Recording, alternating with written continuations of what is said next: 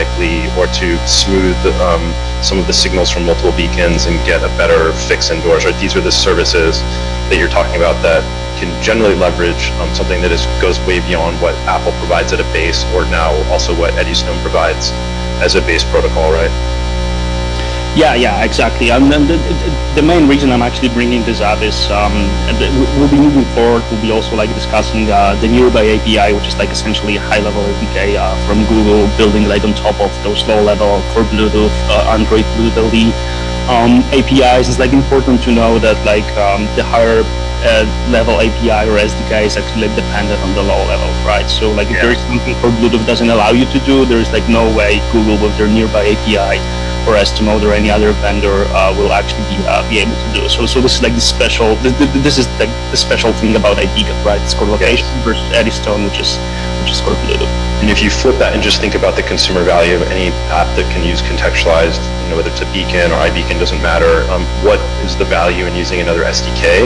The developer is always going to be critical of that. They're not just going to want to adopt another SDK or framework that is unnecessary. They're only going to do that if it makes their life easier and solves a challenge, right? So we, with that, I'll stop. But I think that's how we're going to frame some of the software layers that are emerging, services that are emerging, and also some of the things that Google has announced alongside their own packet format. Yeah, exactly. There's definitely a lot of potential here, and so yeah, let's actually move to Eddystone. So we see like a very similar diagram with the very same hardware to the left, right? Like every single Estimode beacon ever shipped, you can update it to firmware 3.1.1 and set it to like speak Eddystone, to broadcast Eddystone, and you don't need like any hardware changes, right? So like the only thing that actually changes with Eddystone is this language, is the protocol. It's like something important to internalize. Well, on iOS, like there is actually this subtle distinction, but pretty important, that we're actually dealing with core Bluetooth here and no core location, which has certain, like it basically leads to certain differences. When it comes to the Android, it's exactly the same. We're dealing with the exact same Bluetooth Low Energy API. So everything we can do with like unofficial iBeacon support on Android, we can do it in Eddystone. So that's one thing. So yeah, let's actually talk about this middle part. So like Eddystone versus iBeacon, right? We already know it's like the protocol, like the language beacons speak, but how does it actually differ? So like the first difference, it's an open protocol, Eddystone. Everyone can like go to GitHub and download a spec, whereas iBeacon, Apple actually keeps the iBeacon spec behind closed doors. So like this is an interesting part, but essentially you can think about it as sort of like read-only access, right, to Eddystone. You can go ahead and download the spec. What personally interests me more is how open Google will be to sort of like read-write, like how open will Google be to like community contributions and suggestions when it comes to like the future of Eddystone, right? We've seen a bunch of pull requests and discussions around Eddystone going on Google's GitHub so far, and some of those pull requests are accepted. So far, mostly minor contributions to like the documentation or fixes in the examples and tools. I'm actually wondering how open Google will be to more sort of like substantial developments of the Eddystone protocol. This remains an open question. Definitely, and keep in mind around the fact that this is an open protocol, you'll see that there's definitely things closed around the use of the protocol at the higher levels. And one of the services that Google's promised is the Nearby API, and this is actually, as we'll talk about, we'll get to later, is now. Hi there. I think we are ready to get started. I'm Ed Lazowska from the University of Washington, and I'm delighted to welcome you to the Gaetano Borriello Feet on the Ground Humanitarian Symposium. Thank you all for being here today. I'm going to begin with just a few words about my friend Gaetano, and then we'll get started with the program itself. Gaetano has been my friend since he arrived at the University of Washington more than 25 years ago. It's a long time. And he was my next-door office mate for the latter half of that period. So I was a first-hand witness, for example, to his continuous interactions with students of all ages over that period of time. Let me give you a few highlights of Gaetano's pre-University of Washington life, which many of you may not be familiar with, his sort of pre-professional life. He was born in Naples, Italy in 1958. He was the eldest of two sons. to parents Cristoforo and Rosa. Gaetano's brother Frank is with us today in the front row. I'll ask the whole family to stand up in just a second. Their mother Rosa lives in Seattle, just a mile from my house in Ballard. The family emigrated to Brooklyn, New York 9 years later. 2 days after arriving in the U.S., Gaetano went to school, speaking not a word of English. As you'd expect, he figured it out pretty quickly. By the time he was in middle school, he was the valedictorian of his class, also in high school. He stayed in Brooklyn and got a bachelor's degree in electrical engineering from the Polytechnic Institute. It had been Polytechnic of Brooklyn, then Polytechnic of New York. It's now actually part of New York University. There's a complicated story there. That was in 1979. At that point, he headed to Stanford and got a master's in electrical engineering in 1981. Met his wife, Melissa, who's here today. They had 2 sons, Christopher and Nicholas, and Christopher is with us today. Let me ask Christopher and Melissa and Frank just to stand up and acknowledge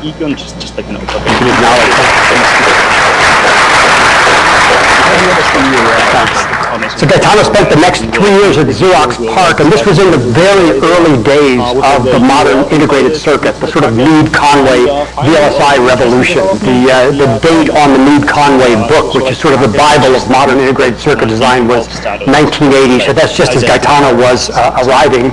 He then headed to Berkeley's computer science division. He was Randy Katz's first PhD student. So Gaetano got his PhD from Randy in 1988. To illustrate his versatility, the title of his PhD thesis is something I can't even parse. It was a new interface specification methodology and its application to transducer synthesis. So how exactly he got to developing world technology is an interesting story. So Gaetano's UW days began when he decided that he wanted to be a faculty member at the University of Washington, and I believe applied only to UW computer science, and figured that by force of will it was all going to work out, and indeed by force of Gaetano being spectacular and we being smart enough to recognize it, it did. So right after his Berkeley graduation, he arrived in Seattle. His research interests transitioned over years from integrated circuits and circuit synthesis to invisible computing and location-aware computing. He took several years off from UW on leave and founded Intel Research Seattle, which really became a powerhouse in location-aware computing. He then moved on to mobile technologies and public health and development for low-resource settings, which is what we'll talk about today. Gaetano's University of Washington career was bracketed by 2 major awards. In 1995, he and his close colleague Carl Ebeling received the University of Washington Distinguished Teaching Award, and that was really for creating our computer engineering program shortly after we moved to the College of Engineering at UW, and really, just as importantly, creating the capstone design courses that are hallmarks of all of our curricula and all of our students these days. These are courses on a theme, for example, information technology for development, in which teams of students form and carry out a project from conception to execution to deployment. So we've had undergraduates in rural areas in India and other developing nations experimenting with technologies they've developed as undergraduates at UW. Second, the 2014 University of Washington Distinguished Graduate Mentor Award was bestowed on Gaetano. That was a much newer award, and Gaetano was among the early recipients for his work with a long sequence of graduate students, 23 to date. You'll hear from Nikki Dell later today, who received her degree shortly after Gaetano passed away, but is clearly one of Gaetano's students, and there are several more in the pipeline who will receive their degrees working, finishing with others, but whose the stamp of their career is really Gaetano's work. Gaetano's professional life was devoted to students, and it was devoted to students as people. Yalanokwa, who couldn't be with us today, but several of his colleagues will be here, put it this way. He said, Gaetano's students aren't conventional. We're a bunch of random folks from random backgrounds who don't always fit in. We're not obvious academics, we rarely had strong grades, and we're working on stuff that's unconventional. But Gaetano worked with us to help us figure out what direction to head, and he made sure we got there. Not just as successful students, but really as good human beings. And on top of that, he just refused to give up on students. He seemed to have a never-ending faith in us doing the right thing and doing it well. That's what I miss the most. He never gave up on his people. In addition to his great humanity and great technological capability, Gaetano had great vision. Here are three quick examples. I took a look prior to Gaetano's memorial service some months ago at a capstone design course video from 1998, 17 years ago. And it involved two undergraduates standing at a bus stop with a gigantic personal digital assistant and a cellular modem that was the size of a small brick. And they were watching the arrival patterns of buses at the stop that they were waiting for. This is really UW's one bus away application a dozen years ahead of its time, a dozen years ahead of the technology being viable. In 2006, he and his graduate students prototyped a miniature computer in your pocket with lots of sensors sending actionable information to a wristwatch. Again, that's sort of the Apple Watch 9 years earlier. And finally, you hear lots today, and many of you have used Open Data Kit. Open Data Kit has been really transformational, and Gaetano was the person who saw this vision. Yalanokwa said, when we started ODK, everyone said it was the worst idea in the world, including me.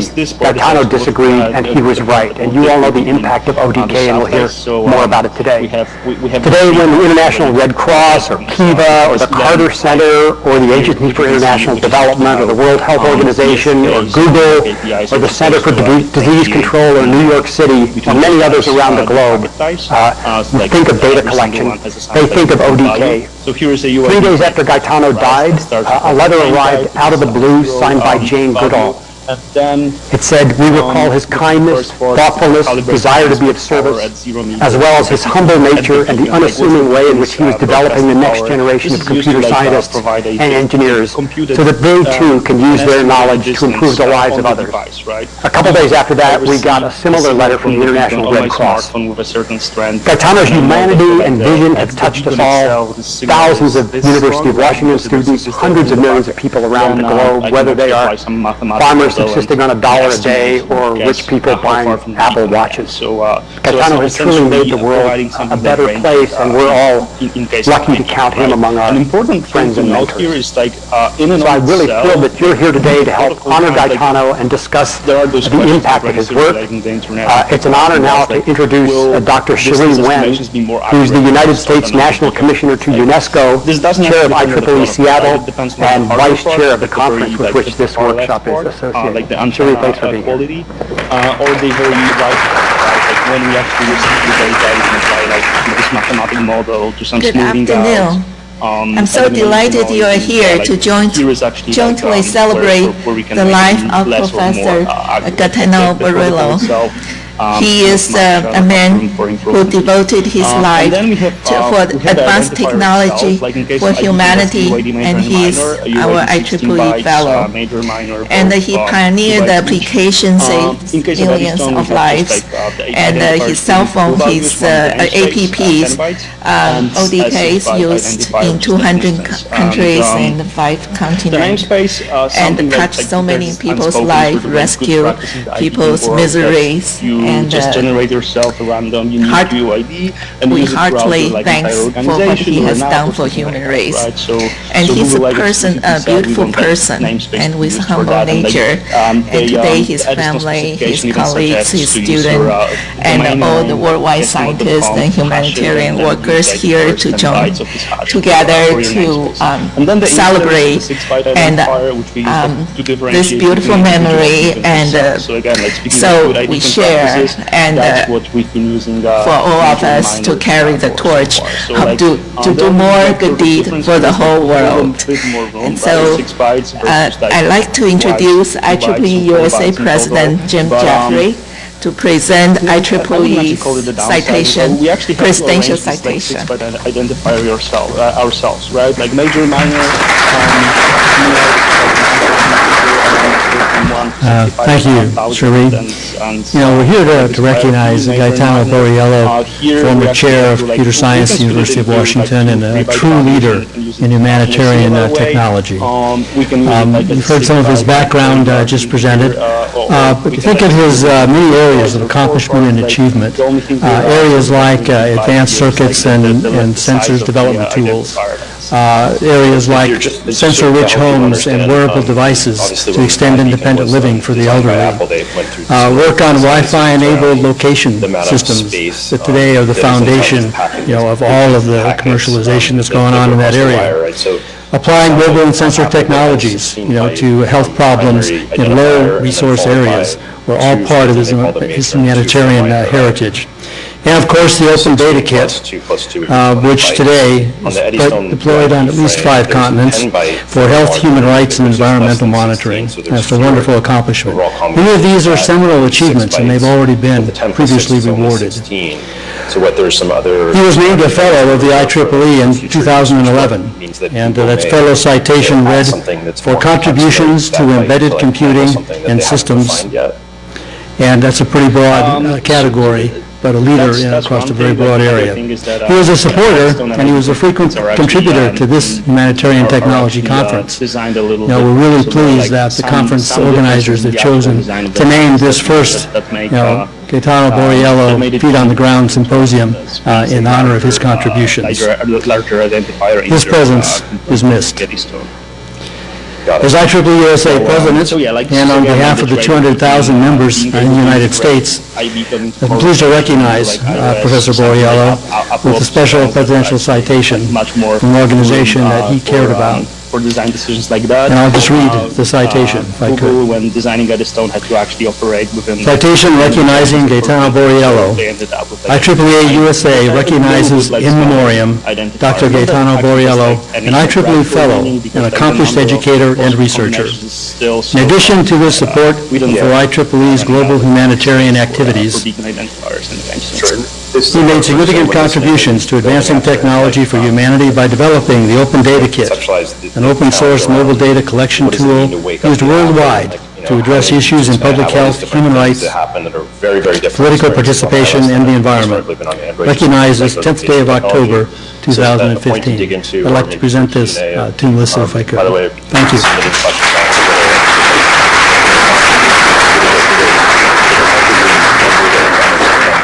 Computers using the term core Bluetooth. That's an Apple protocol.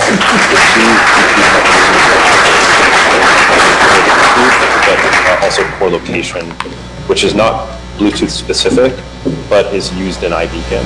And these are finer nuance points, but because again Apple has the control and ability to just say this is how the developer can build apps. It's my distinguished honor to represent IEEE Seattle and UNESCO Washington to present the 20th Century Landmark Award to Professor Gaetano Borriello, to his wife. They don't have native access to what's called co-location.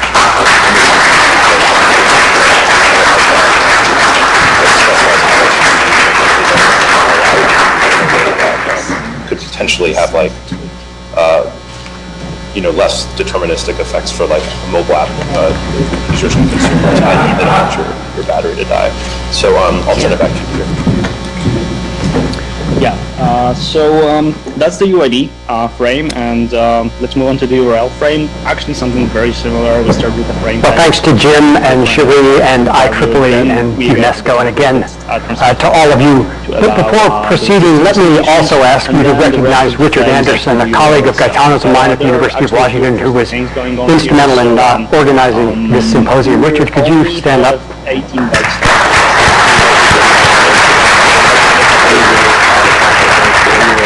It's now a huge pleasure for me to be able to introduce Professor Eric Brewer from the University of California at Berkeley.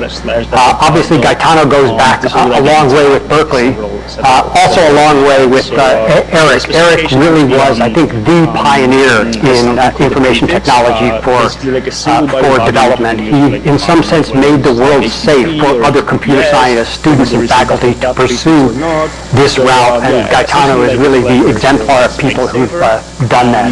Eric, began this very early on. He was a huge help to me with my student Tappan Parikh, who now actually is faculty at UC Berkeley, in sort of counseling Tappan towards taking the risk early on, but to do a PhD in information and communication technology for development. Eric, as a well-established senior faculty member, could take that risk, but part of what he wanted to do was to establish this as a field that graduate students could safely pursue and go out and change the world. I will not burden you with a long list of Eric's accomplishments, but suffice it to say that we've all admired him and are tremendously thankful for what you've done for all of us and for the field and for the world. Eric, thank you for delivering the keynote today. Here, if we take the HTTP JavaScript that comes to single, that's essentially 30 characters. Very kind.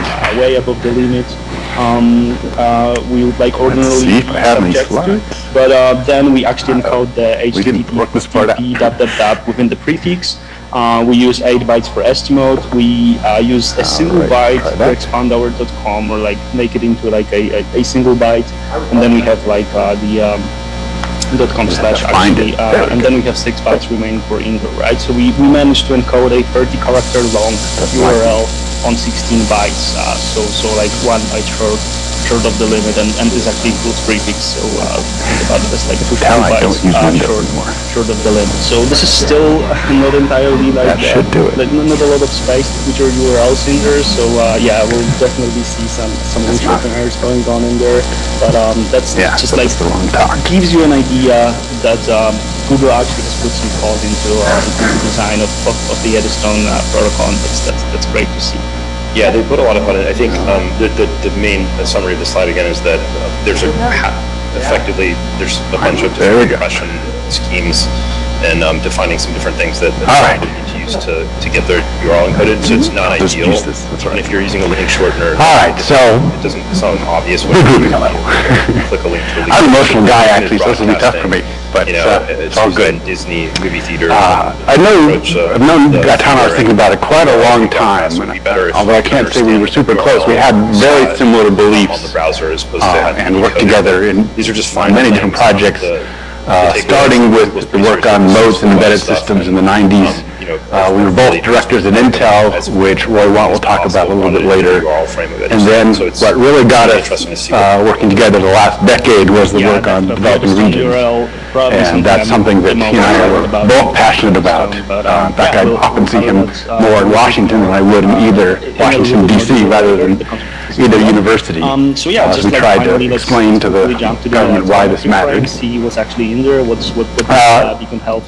This slide was a slide actually from the talk I gave at UW 10 years ago that was when I was trying to evangelize this as a field. This TLM frame in the future, maybe I can't say this slide some additional sensors.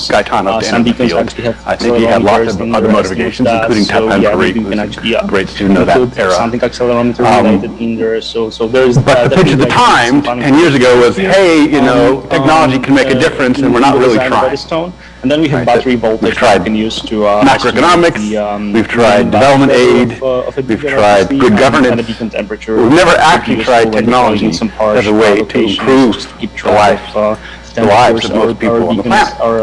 That seems like a and finally, like some maintenance and data. The two other things I wanted to get across was it couldn't be philanthropy. It had to be something where it was self-sustaining at the very and it was localized. Here is like so you have to find ways to apply technology that are not charity, but are actually empowering the local sense. And by the way, the technology we have, especially at the time, isn't a good fit, and there's actually a research agenda to bridge that gap. This is actually it about Eddystone. So that's where we started 10 years ago. I'm not joking, like this is literally it about Eddystone, because this is my favorite picture of like Eddystone is feet on the ground. It's a specification you can picture of kids wiring up their own school. Build your own beacon which broadcasts Eddystone packets, and you can build your own SDK that listens for basically this is 220 volts. Like Eddystone's just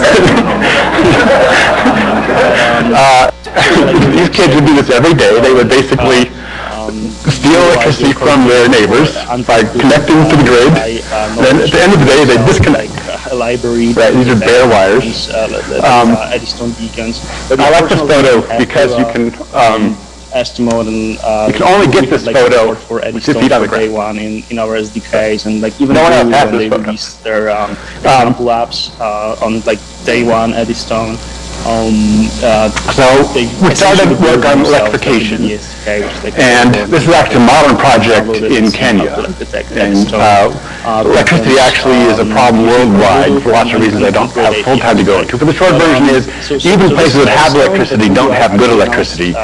And when people say that village is electrified, what they mean is it has electricity part of the day in a way that's sufficient for incandescent lighting and heating. But don't plug your cell phone into it, because it will fry your cell phone in about 3 to 6 months. And don't try to use LED lighting, because it can't actually handle that electricity. Right, even though our plan is to fix the planet through LED lighting. That doesn't actually work until you fix the electricity. On top of that, it turns out even what its access to electricity mean is not clear. And so Kenya said 72% of rural areas have access to electricity, and we saw this and we were very skeptical. Having been to rural Kenya. Sort of like the RESTful API. And when you go ask people, look around, you find actually only 20% of the people have electricity. So it could be that the government's lying. That wouldn't be unprecedented. But that's not what's happening. What's actually happening is the way they define access is you live near a transformer. So the government did their part. They got a transformer near your house. It's your problem that you can't pay the $400 to connect. You actually need to assign some content to them, which is more than your annual income. Like those are the identifiers, don't really tell you much. So Google is like, yes, we're ready, like from the plot. And basically, what it shows is if you many people like usually ask us like, why estimate? Look at who is near a transformer. It is actually most of the population, even in rural areas. If you look at who has electricity, it's not that many people. Nice to see that Google actually and so we're trying to figure out why is that exactly? And so what do? You survey. Strength around In particular, what do you do in modern times? You survey with ODK. Thought about beacons, and of course the market so that's what we use. Understood now. And so we took 2 rural counties in Kenya and did 2 pretty big ODK surveys. One where we basically tried to figure out all the buildings near transformers and are they electrified or not. And if so, why not? And then the second survey, which is basically a baseline with less a large retailer entries, but more detail. So go find 2,000 households and try to figure out what are they doing with electricity, why do they care? There's tied So this is all done with ODK. And what do those and a few things that I should point out about this before I get into it. The first thing that ODK changed for us that's I think really but it's just remarkable and misunderstood is we got into this model where we would do a survey, design a survey in Berkeley, I think what we'll see with Eddystone, and the next day we would issue the survey to a small number of people in Kenya, which is conveniently about 10 hours ahead. Services on top and then the next day after that, which is really actually only 24 hours later, because we're back in California time, we would look at the survey results and we would fix the survey. And they're going to talk so one thing we could do that we were never able to do before is change the survey every day. And that ends up being an incredibly powerful thing because normally you issue your survey, it's on paper, you get results 3 months later, and you realize actually your questions weren't very good. Enterprise grade, and you left out some stuff. Ask questions more about that to us. Right. So we were basically the end of the presentation, getting the design loop down to days, right? And we ended up doing about 10 iterations on these surveys, and they ended up being very good surveys. That's entirely enabled by ODK. And also store information about your. So what we actually did is we would take a circle around a transformer. 600 meters is the amount we figured out is easy to connect in terms of adding some phone lines, some electrical lines from the transformer. And then we basically measure all the households. And just literally walk around with the ODK phone. It's got GPS. You just click every time you get to a house. You figure out which ones are electrified. That's the yellow ones. We're like which ones are public buildings and schools, things like that. We actually collected other information like turns out a good indicator for electricity is whether or not you have a metal roof. If you can afford a metal roof, you can also afford electricity. More broadly, those correlate to a community of developers, and it just really. And we did this for another transformer and another and another and another. it. And turns out you can do this for thousands and thousands of transformers. When you are talking again, just having 50 people with ODK go out every day for 3 months, you get to thousands of transformers. We're excited about the angle that and so, proximity, at least for us, this is unprecedented data. That they're talking about with nearby. High quality data. We're really excited about seeing kind of like development. For every transformer, how many people could we connect if we did it this way? Increase their expectations of how they can build. So we'll also learn things like, some of this for businesses that are electrified, what is it? Well, restaurant is a good one because they need refrigeration. Barbershops. Barbershops are highly likely to be electrified. I have no idea of that before, but like a mill, you'd expect the mill to be electrified. It needs power tools. Right? Between the protocols, or like Taylor is too. Just like one service for all. So lots of go ahead and like data. But getting back to the kind of the API. So here's like the meta lessons from this. First meta lesson was we actually went to Kenya to do microgrids, because we felt the way to get electrification higher in Kenya was to build microgrids in rural areas. And then we discovered that actually all the people live under the grid, and we totally shifted strategy and said what we need to do is connect them, and that's where ODK enabled us to have great data, and that data is useful in 2 ways that I think are worth understanding. One, of course, is figure out are there really places we can connect and will it have impact, and the second is we started doing randomized controlled trials like you would do for medicine to try to understand let's have some villages that we connect, some villages we don't connect, and see over 5 years if their prosperity differs. And we believe it will, right? But that is a kind of a modern approach to development that is enabled by technology in a new way. And again, ODK will be a big part of this, because like we do those baseline surveys, we're going to do surveys every year for 5 years to figure out how the environment's changing. Right? So we're still in the middle of that. But the other big thing that's coming from this is that data meant we could prove our case. Right? So we got the government to change their policy. So the policy was $400 to connect a household. They picked that number because on average, for a random house in the country, that's how much it would cost to connect. But these are not random houses. These are the houses that are next to the transformers. They're easy to connect. Right, so the fee should be $20, $25. What they actually ended up doing, which I think is equally good, is they decided to say, vendors can probably like upload the Beacon firmware in there. As a neighborhood, come to us and tell us how many houses you would like to connect. And we'll connect all of you for $400. Right, because it's really more efficient to do the power lines and stuff all at once anyway. Right, so they're starting this new rollout, and this should reach tens of millions of people over time. The fresh version. Right? So this is a big change for Kenyan government, entirely enabled by this data we got from ODK. Right, so I hope to say in 5 or 10 years that there's 10 million people in Kenya that have power because of ODK. And I think that was a true statement. Beacons are pretty useless unless they are tied to contextual experiences for the user. So often you'll hear 50 gears. The content management. Most of the work that I've actually done in this space is in the communication space, and this has a different connection to UW I'll get to in the end. And it was really what got me into this space, was thinking about not only technology for development, but wireless in particular, because I kind of felt that that can all be managed in rural areas that are really limited by infrastructure. And they're really limited by infrastructure because infrastructure has cost proportional to area and has value and revenue proportional to population. So rural areas, by definition, low population density means not enough consumers to pay for the infrastructure, hence no infrastructure.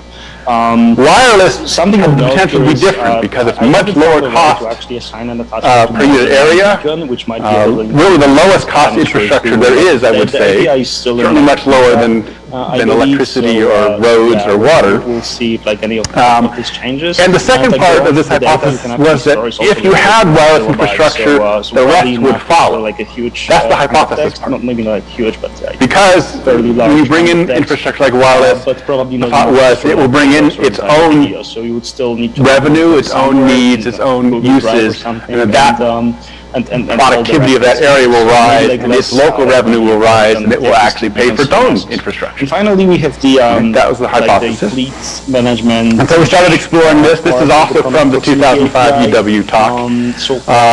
The way we started exploring wireless was with long-distance Wi-Fi and trying to connect hospitals. And a bunch of other words. We do that for a couple of reasons. One is it had a good technical challenge, which is how do you make Wi-Fi that's made to go, 100 feet, go 10, 20 miles. That's interesting. That's a little, the thing on top there is a little directional antenna. That's a Linux computer, a directional antenna going about 10 kilometers to a hospital. And the need was good. It's basically it meant villagers could get eye care in their village versus having to go to the hospital, because they won't go to the hospital in general if they have to, because it's unknown if they'll get any treatment when they arrive, and they have to miss work to go to the hospital. It's a multi-day journey typically. You stand in line at the hospital to get there to see if you can get treatment.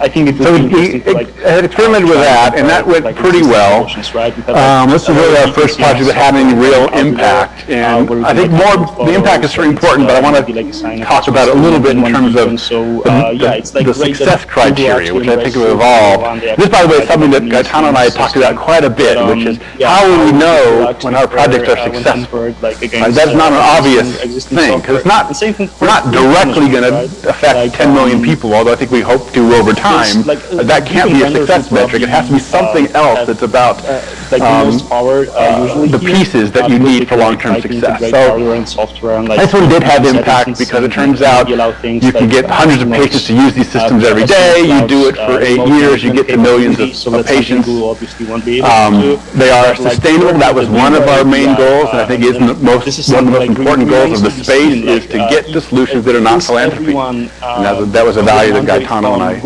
absolutely shared and talked about quite a bit. So they have to have income from selling eyeglasses, from prescriptions, and that income has to cover the operating cost of the network and all the facilities and the nurses.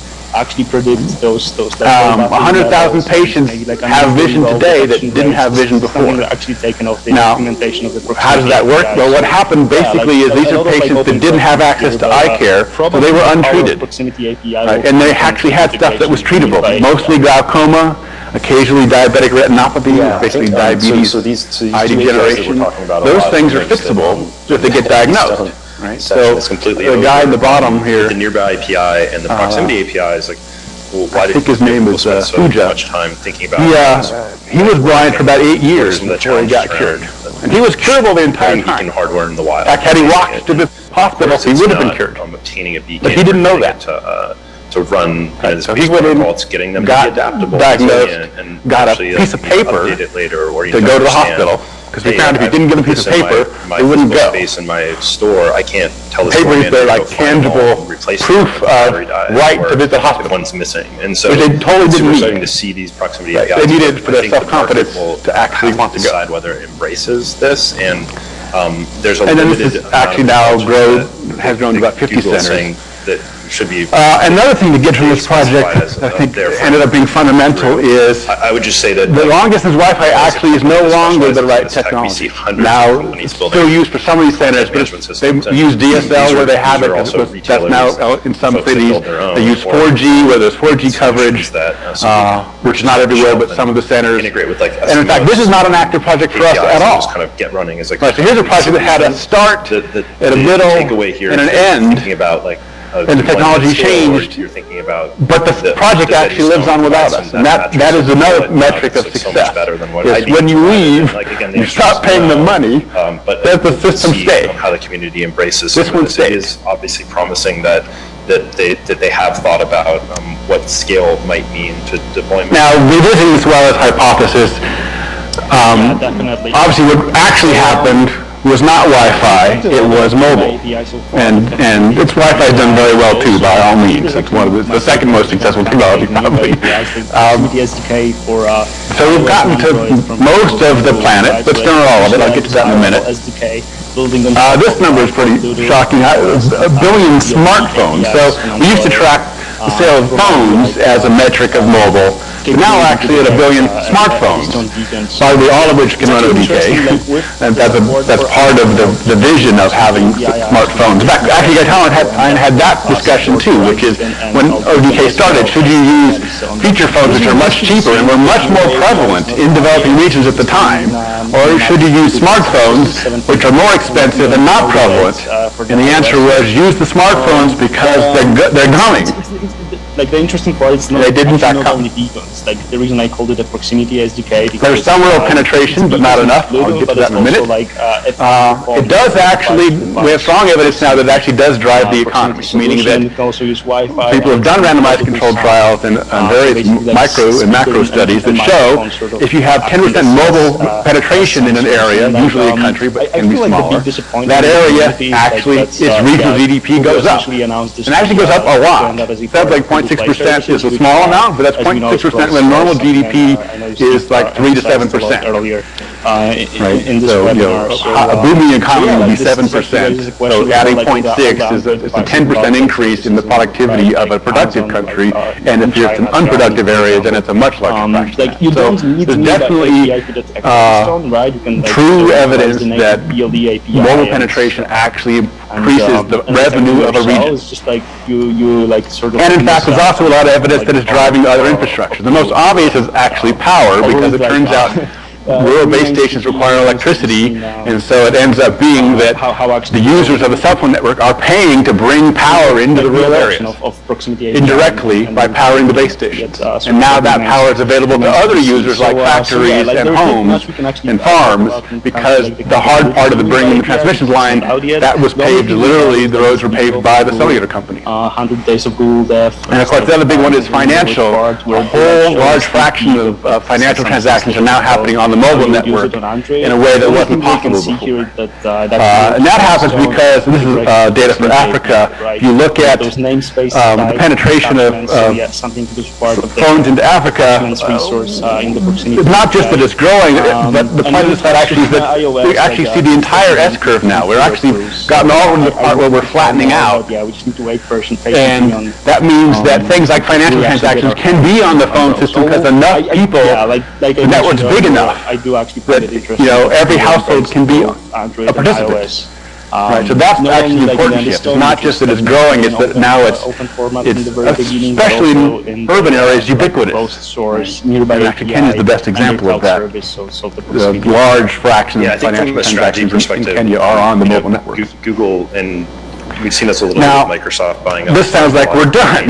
We have most giant penetrations. We should be done. And the reason we're not is because Google has some really popular apps, right? This thing about rural infrastructure. And these are used by a lot of people. The rural areas are still not covered, even in the U.S., right? If you've been to the rural U.S., you might not notice your phone doesn't work. Very, very popular in iOS that is not and make sure that unique to the U.S. That's the normal for everywhere.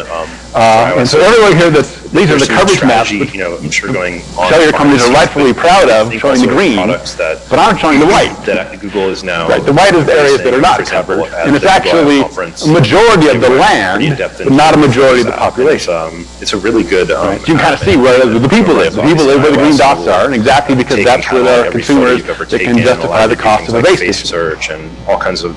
And when you go look at one of these areas, this one's in the middle of Papua, Indonesia. This is one of the most remote areas we've been to. In fact, I haven't actually been myself. I've been to a lot of places. But if I haven't been here, it must be really remote. This one is like a 3-day journey to get to. A lot of high-end so you don't go for less than a week. That really need to be seamlessly integrated with services. This one is a bit extreme, but I think it's a good example. All right, so 9 people per square kilometer. Even though these are services, orders of magnitude off of what New York is. Think of ourselves as whether it's Gmail or YouTube. Way less people, but still 1,500 people in total. So a very viable number of people. The average village size in India is 1,000 people. Right, so this is not an atypical number for a village, quite reasonable. In my opinion, but no cell phone coverage. The nearest cell phone coverage is 4 hours away. So the big promise. So you have to like drive, or it's really hard. You can get in the bus. which is many hours to get to cell phone coverage, and people would do that because it was that important to contact relatives, usually for remittance or students they have going to school in different islands or different countries. If we're broadcasting a URL, and so the question is, why no coverage? Well, I kind of gave it away already. The first reason is rural areas are too expensive to cover because of low density of users. And the other one that's a little more subtle is carriers choose not to cover them. Because whenever you make a list of the areas you could cover, they're going to be at the bottom. They're the least profitable. And so even if you intend to cover them eventually, and all carriers will say they're going to cover them eventually, they're not prioritized. They're anti-prioritized. The second problem is in fact a structural one, which I think is the reason I want to end on this topic, is that only the carriers are allowed to try. So if you have a village and you have built your own wells and your own roads, and you might even have your own grid, you are not allowed to have your own cell phone system. You are not allowed to have your own communications unless it's Wi-Fi. That's not quite true. You can have your own VSAT, and that's actually what this village was using. The school had a VSAT. But in general, you are not allowed to solve your own problems in this particular space. Expect some exciting and that's actually, in the big scheme of things, a mistake. Again, like kind of just really explain and we'll come back to that. In addition to that, Google, Spectrum's not used, like the biggest companies in the world. So we did a deployment like we did in India, long-distance Wi-Fi. This time we're deploying small-scale cellular base stations, and it's in a tree. That's the Bluetooth beacons or the winning technology, and you have the second biggest mobile. The person climbing a pole, there's a part up here, and there's an antenna up here. It's going to be the future of using trees because they're cheap, including this thing that we've been thinking and it's actually easy to climb and plentiful. Which is the other thing that's important about this deployment is it has a lot of shared infrastructure, so it's not, it doesn't have a diesel generator like a normal cell phone tower would have. It's using the same micro hydro power that the school uses, and that's okay because this only takes like 7 watts, so it's no big deal. It's using the shared VSAT for the backhaul with the school backhaul. How do you connect to the global internet, the global phone system? That has to be done with something. Satellite is what you use in the rural areas. And we even had our own SIM cards, although SIM cards is in some sense a hassle as much as it is a cool thing. We had to have our own because we needed people to opt into the network. Yes, definitely. Can't do research on people without them opting in. So the way you opt in on this network is you get a SIM card from us. Now we can explain to you what it is and what it can and can't do, and get your permission to participate. Into like other Google services as well. I think for me personally, it's like the most exciting. Push that a little bit. This guy is great. It's a multi-platform, open, well-designed protocol, right? We have like the proximity API with like it's like basically. This guy who can't see who's front is Curtis, and I'll get back to him in a minute, but he's going to be faculty here soon. But yeah, like this was his PhD project. Some further development so the deployment is part of it, but I think it misses the essence of that project. The essence of that project is that we are trying to find a community-based approach to cell phone coverage. But the community is in charge of their own service, and there's lots of reasons to do that. The first one is going to greatly reduce the cost, so that's part of our goal. We worked on making the base station really cheap. It's down to less than 3K now, which is versus 25K for a traditional base station. So that helped. And try to get the operational expenses down. That actually is done mostly by using local resources, like using the local microhydro versus having a diesel generator, like using staff from existing schools and places that are already in the community. Second ahead of us. Principle of this approach is it really has to be locally owned and operated, meaning that we're going to go away, in fact we did go away, and they need to stay and be able to operate it for the long term, which is not just, can you set it up, but also, batteries die, they need to buy and install new batteries. They need to know how to do that, right? We're not going to go fix that for them when things break. So that ends up being pretty functional. In fact, there's a whole name for this called co-production, which I won't go into, but was it's going to be announced from Estimate and in general from Nobel Prize in Economics went to Eleanor Ostrom a few years ago, exactly for her work on how do you jointly produce public goods, public services between the community and the government. For large companies, and it turns out if you do it together, you can make a service that's better and cheaper, and that's kind of what we're doing. Right? To just give you some we have much more academic background on that. And finally, what are the local prices and services that make sense? Right? What makes sense for this community in terms of how they want to have their network? All types of. And again, the long-term goal here is it has to be self-sustaining, and that, in this case it means two things: the credit sales, this is all prepaid credit for phone minutes, has to cover the operating and growth costs. And it's both. Operating meaning has to cover the power and backhaul costs, but also if you want to have another base station later, you actually have to make enough money to start having a fund to invest in yourself. Right? So you kind of think there's like a little nonprofit that is the community telco, and they're going to expand to the extent that they're successful. And finally, operate it yourselves as well. Now, a little problem here. This is pirate radio. Right? We are operating without a license. And there's like technically nothing actually preventing. I just told you, you're not allowed to do this yourself unless you're a carrier. Right? Well, we're not a carrier. Right? So we decided to do it anyway. This might as well be just like we are not. We are technically breaking the law in Indonesia, but the Ministry of Information is aware of what we're doing and support us. So we don't believe we'll be in vast trouble, but it is a risk we decided to take. And some funders like that, and some funders didn't. But it's not. We didn't go in blindly. And again, we're working with the government, but they're not changing the laws for us. Price more the data, so obviously. I believe I'm still welcome there, despite running an technically illegal network. But I can. There's a few things though to think about. When I showed you this picture of no coverage, it also is a picture of no spectrum in use. And the reason that's important is that there's no actual damage to carriers being done. The government's position very reasonably is to support the carriers can complain about our network, but they're not losing a single penny because these are only in areas where they're not actually providing any coverage. And so the general answer is, if you don't like us being there, go cover it. We'll be happy to leave. And I really mean that. We would be happy to leave. It's future-proof. Right. So we'll see if that happens. Elements of both. But another thing this means is that whenever there's coverage, there's actually 100 different channels of coverage. That's what GSM means. There's 100 different channels. And in fact, we only need one or two. So in fact, you could have several carriers come, and we could still have plenty of channels for everybody, given how few people there are. And the reason you need so many channels is so you can have lots of concurrent calls. You need that if you have lots of people. We don't have lots of people. We'll never need all these channels. Right. So in fact, if someone shows up, they can have 98 of the channels, and we wouldn't mind. It's awesome. They won't need any because they only need two channels too. That's how many we need. They have the same population size we have, right? There's no magic new population. Like, for example, rotated. All right. So about that licensing. Or would, the three approaches we're playing with. One is work with existing carrier. That is in some ways the official right thing to do now. We're going to do that in the Philippines with Globe, one of their two major carriers. Another one is we could get a rural license. We're actually doing that in Mexico. It turns out, unlike in the U.S., people in Mexico, indigenous peoples have spectrum rights. So they are allowed to set up their own networks, even though general citizens of Mexico are not. In the U.S., the FCC assures me that indigenous peoples do not have spectrum rights, although some indigenous peoples disagree with that.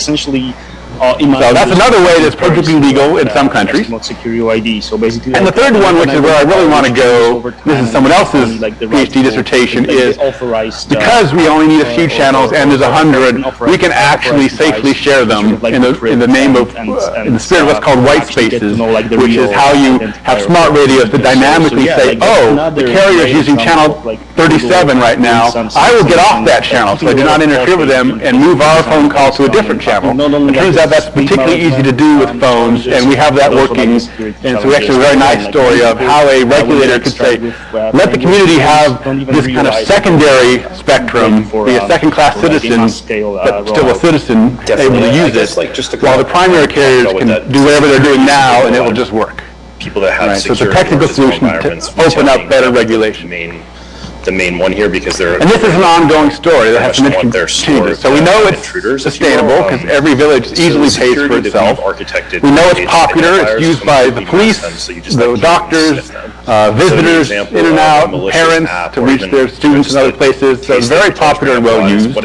We'll learn more as we go to the Philippines. Philippines is a nice place to try it because they have 3,000 inhabited islands, most of which don't have coverage. For all the same reasons as before. The Amazon app and send you a deal and buy debt. The team that spun out of Berkeley to do this is a company called Indaga of basically these 3 students, right? 2 students and a postdoc just joined Facebook. It's also patented. And so I honestly don't know exactly what Facebook has in mind, but it's a good thing, right? So what it really means is there's suddenly a huge amount of resources to try this model on a larger scale and to go fight the regulatory battle that I argue needs to be fought.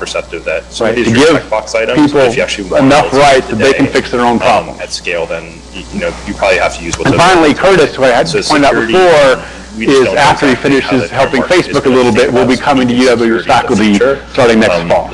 And that is, in my mind, a wonderful way to continue this fantastic decade that I've had with Gaetano and with UW exploring this space. From us, yes, checkbox. So just to wrap up, kind of a decade of lessons. I picked these because these are all lessons that Gaetano and I discussed at various times over the past 10 years.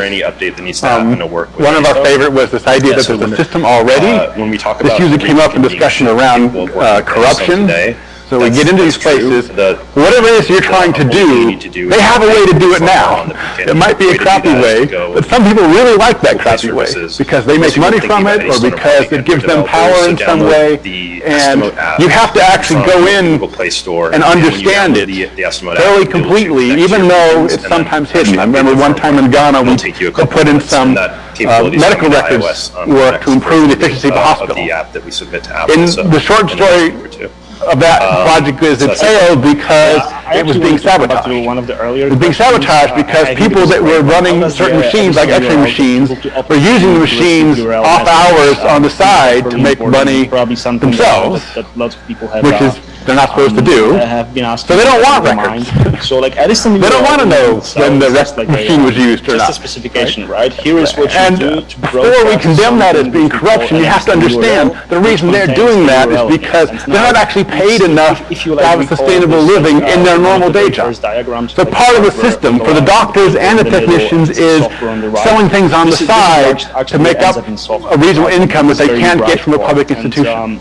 Right? And you can't look at that with any sense of that's wrong, because if you say that, you don't understand what's going on. From Google, you can download this. That project failed. We didn't understand the whole picture. And this is how you actually discover, Another one he and I talked about a lot was the value of discovery. And this one is directly related to ODK. This is sort of user experience chart. As I mentioned, like with the Ghana hospital, like with our work in the cellular communities and in the microgrids, all of our successful projects start out wrong. Right? They start out wrong, and you go there, feet on the ground, and you figure out what's wrong. And you do that 3 or 4 times, right, with many visits, and eventually you get something that works. And it's not just you have to do iteration, but that the iteration is the value. It really is the actual contribution, is the iteration and the learning. Definitely. And that is not something, there's 2 main platforms. Sadly, the computer science actually historically values. Windows Phone is now because what happens when you try to get your paper reviewed is, I found this 5 different major great impactful solution to this problem. And oh, by the way, the actual solution is simple. But they're quite different. Really don't like simple solutions. The experience on these are how I could have done that in my sleep. That's too easy. To get this stuff. No, you're missing the point. We didn't know what the problem was. Right? The value is in figuring out what the problem is, and you hope it has an easy solution. It has a complicated solution. It's not going to work. There's a question here that you can't punish people in this field for having simple solutions if they did the work to figure out the whole problem. Safari, IE, and Firefox. And that's the kind of change we're in the middle of trying to figure out. But ODK is relevant to this because ODK is basically all about getting iterative data at a much higher quality than you've ever had before to actually understand what the real problems are and to start to do things like randomized controlled trials and prove which solutions work. Right? There's a fundamental contribution of ODK. But maybe they'll do something. And the last 2, multiple stuff is really hard. We just don't know. Also not valued. Both those companies are by computer science or other fields. And part of this is structural. You take tenure in a particular field, so how do tenure committees evaluate stuff you do for other fields? And they can't. So it's not that easy, right? They have to figure out we'll see how that plays some out. proxy for that work, right? That's hard. Market, another one is peer reviews tend to reward stuff in the discipline, because that's the stuff the peers know, scale, right? So in fact, the only time we've gotten good success with funding with multidisciplinary is when we've had multidisciplinary peer panels. We're a fan of. Right? No, actually that many of those. I'm trying to get NSF and others to create more of those. Forward. But that's a problem that Gaetano and I talked about quite a bit, because we're trying to change the structure of peer review to favor multidisciplinary work. And then finally, and this is kind of really why I'm here, is Gaetano was a huge part of actually building this as a field. Right, because we actually have a field now. We have many conferences, we have many students, there are several people now that have gone from graduate students in this field to tenured faculty, including Tefan Pariki, but he's not the only one. There's now several and more coming. So I feel like our main goal, which was to make this a thing you could do, we did do, and Gaetano was an absolutely huge part of that. And really arguably my most trusted advisor on that front, because he was always very pragmatic and wise, and had enough experience to have seen NSF from both sides and corporate stuff from both sides. So he was the perfect person to help figure out a lot of this path. I'll always be thankful. Yeah, like we've actually worked with the Xamarin folks in the past, and their platform. So we'll see if we can actually do something similar here. And I think the goal would be definitely yes, and we love the folks at Xamarin. They're awesome to work with, and well, that was a phenomenal way to set the tone for the rest of the day. I want to say just a couple of words about Eric and Gaetano, because there are many parallels, and you heard a lot of them from Eric. You heard about the power of Open Data Kit. You heard about the power of feet on the ground. Eric and Gaetano were both role models and inspirations to many people, and it's not just by doing what they did, it's by proselytizing what they did and by helping others. Eric talked about the talk he gave at the University of Washington 10 years ago in 2005. The reason was we had this student who decided he wanted to do ICTD work, and we had no idea how to advise him. And we called Eric and said, will you help? And Eric came and helped, and while he was at it, gave that talk that really inspired Gaetano and Richard and others to pursue that route. And you drop these pebbles in a pond and they have ripples, and those ripples have effects that go on for years and have enormous influence that you don't anticipate. Eric's trip to UW in 2005 was an example of that. In the end, Tappan Parikh, that student, went to Berkeley. Curtis Heimerl, who a student of Eric's and also partially advised by Tappan, who will join us this summer, was actually a University of Washington undergraduate. And Curtis grew up in rural Alaska and arrived at the University of Washington totally unsure of himself, had no idea if he could compete. And over the course of a couple of years, Gaetano and Richard and I and others convinced him that he could compete and be successful. But we send, in addition to sending our very strongest students to Berkeley, we send our students who need a little extra attention to Berkeley. And Curtis still had some rough edges when he left the University of Washington, I think because of the sort of insecurity that's born by coming from East Balboa, Alaska, and not being completely sure of yourself. And Berkeley and Eric mentored him to be successful. There are other examples. I had an undergrad who was a favorite of mine years ago, a fellow named Hakeem Weatherspoon, who was an African-American varsity football player here from rural Washington, a guy who, again, needed a lot of help. He went to Berkeley for graduate school. He just got 10 years of computer science faculty member at Cornell. So in addition to sending extraordinary students to Berkeley, you can send students who need a little extra help, and they get help from people like Eric and others, and go out and drop their own pebbles in the pond and send those ripples out. So Eric, thank you so much. Let me now introduce Richard Anderson. I introduced him before. Richard is going to MC a panel, and he will introduce that panel to you. Richard. And I will see if I can make this slide disappear, but who knows if that will work.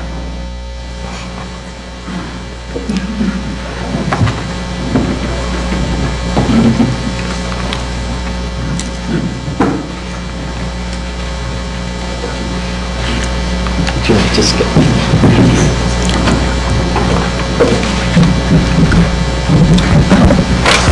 How good does that work?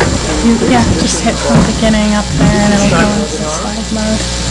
Today we're going to talk to you about Eddystone beacons. I know it's been all over the blog. So I also really want to express my appreciation to Eric for the fantastic talk and also the decade of incredibly impactful research in the field of ICTD.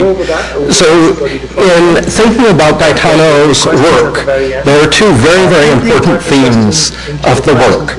So first, the Open Data Kit project, which has started with this crazy idea of being able to take advantage of smartphones in developing regions, that it was referenced that people thought it was a crazy idea when it began, but it's a tremendous case of making the right bet on the future.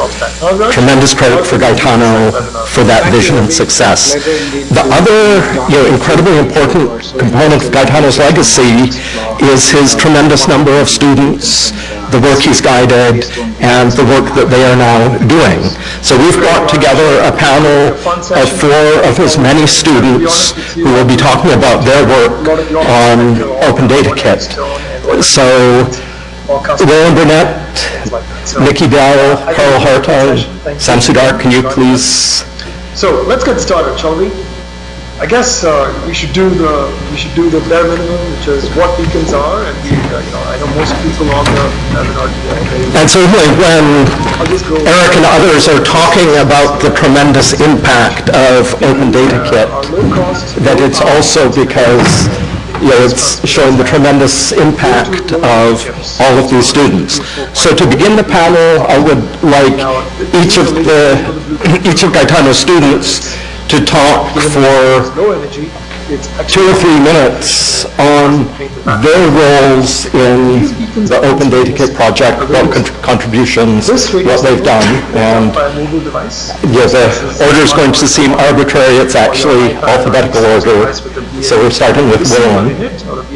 So it's good? All right, yeah. So hi, I'm William Burnett. I'm a graduate student at the University of Washington, and I actually started on Open Data Kit. Carl and Gaetano sent me an email when I was about ready to start graduate school again, and they're like, hey, we're starting this new project, come join us. And I had the pleasure of seeing it from the start all the way, and working on our second generation and all the great new things. So there's basically what we refer to as Open Data Kit 1.0, which is what everyone uses, and what our new research area is, which is ODK 2.0. Uses that to determine how far so it is. Nikki, do you want? Usually gets a fairly good. Sure. So my name's Nikki Dell, and I just finished my PhD at the University of Washington in computer science. Within ODK, my role was to really look at what we can do with the camera that's built into Android devices, and this was part of a larger movement to look at all of the different sensors that were built in, and various students worked on various sensors in different projects, and mine was to try and use the camera and to use computer vision techniques running locally on the phone so that we didn't have to have any internet connection, and then process those images to do useful things, which we focused on data collection, so trying to take pictures of paper forms and extract useful data from them, and also in disease diagnosis, so taking pictures of diagnostic tests and figuring out what the diagnosis is to try and give health workers in rural areas some additional support. Go with some very Eddystone-specific use cases. Thank you, Carl. Because we think that it's quite my name is Carl Hartung, and I guess I finished my PhD with Gaetano at UW about 2 years ago. Since gone on to found a company dedicated to helping organizations deploy ODK in the field. My initial role, I guess, I was probably the first graduate student to sign on to this crazy idea. I joined Gaetano, and he was on sabbatical at Google, and I spent a year with him there, primarily doing the initial development work, and spent a lot of time in the field with different organizations in Kenya and in India and Brazil, and just getting a lot of the legwork in the field with organizations, trying to figure out what was useful, what wasn't, and what we needed to build to really make a difference. The beacon is broadcasting. BLE packet is essentially... My name is Sam Sudar, and I think that I'm the youngest in student years, at least. And when I started at the university, I was actually doing brains and computers, and my background was in neurobiology. And I realized that really wasn't what I wanted to do, and I was kind of at sea a little bit and looking for what I could do next. And I talked to Gaetano because I knew his work was interesting. And despite the fact that, at least for the first year, I was completely dead weight, he was happy to take me on and give me something to contribute to. And I feel less like dead weight now, hopefully everyone else agrees. But working with what I'm working on now of kind of using smartphones for this kind of technology is due entirely to Gaetano's willingness to take a chance on me and bring me on board, even though at first I wasn't contributing. So thanks. Waylon, I was wondering if you could go into a little bit more detail about the evolution of Open Data Kit, in particular the evolution between Collect and the new ODK2. That's Eddystone. So is just the BLE format. I joined Carl and Yao at Google with Gaetano. It was really a lot about us getting on the ground, helping to understand, but a lot of it was getting people to trust that they could put the data in the system and they weren't going to lose it because they had hired consultants and other things and end up proprietary formats. So we spent a lot of time making sure that it was very simple to use and they could see the data, but we made a lot of trade-offs that were not great as computer scientists. It was not the standard way of using it, like we stored every piece of data in a flat file, which is really bad for querying.